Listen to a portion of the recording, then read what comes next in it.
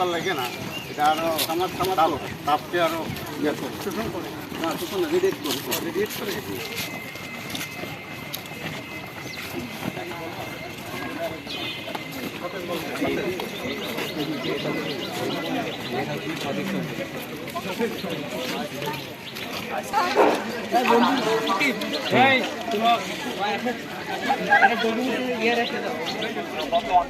যে আমরা ইন্ডাস্ট্রিয়াল যুগে বসবাস করছি। এই যুগে আমাদের ফ্যামিলির বন্ধন কিন্তু খুবই কমে গেছে।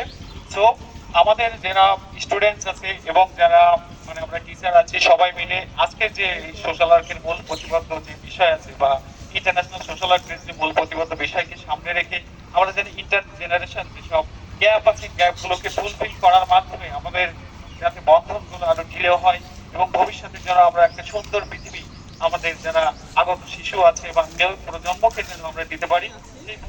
সবার উদ্দেশ্যে বলবো যে আজকের এই চিন্তাকে সামনে রেখে আমাদের জেনারেশনের মধ্যে যে গ্যাপ, আমাদের যে সামাজিক ন্যায্যতা আনয়ন, আমাদের যে কাঙ্ক্ষিত সমাজ বিনির্মাণের লক্ষ্যে যে আমরা সমাজকে গড়ে কাজ করি, আমরা প্রত্যাশা করবো এই সমাজটাকে আরও এগিয়ে নেওয়ার জন্য বিশ্ববিদ্যালয়ের সোশ্যাল ওয়েলফেয়ার বিভাগের শিক্ষক, স্টুডেন্ট সবাই তারা মিলে একসাথে সবসময় ঈদের সাথে হোক যে কোনো একটা প্রোগ্রাম হলে একসাথে বসে কাজ করতে।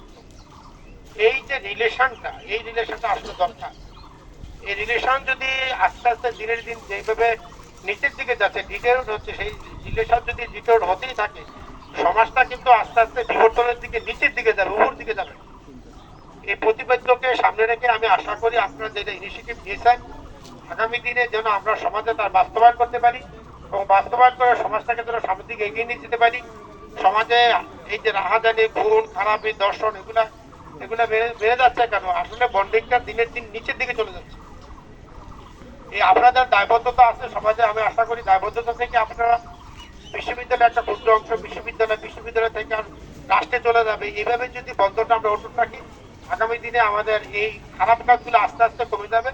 এই বলে আমি আমার বক্তব্য সামাজিক বন্ধনের জন্য এই শিল্প বিপ্লব কোনো অন্তরায় নয়, সুতরাং কম্বিনেশন করতে হবে।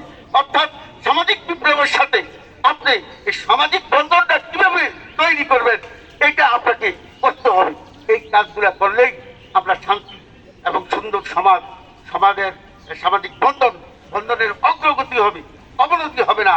আমি আশা করি এই ইসলামী বিশ্ববিদ্যালয়ের সমাজকর্ম বিভাগের এই ছাত্র শিক্ষকরা আজকে যে বিভাগীয়ভাবে এই অনুষ্ঠানের আয়োজন করেছে, তাদেরকে আমি ধন্যবাদ জানাই।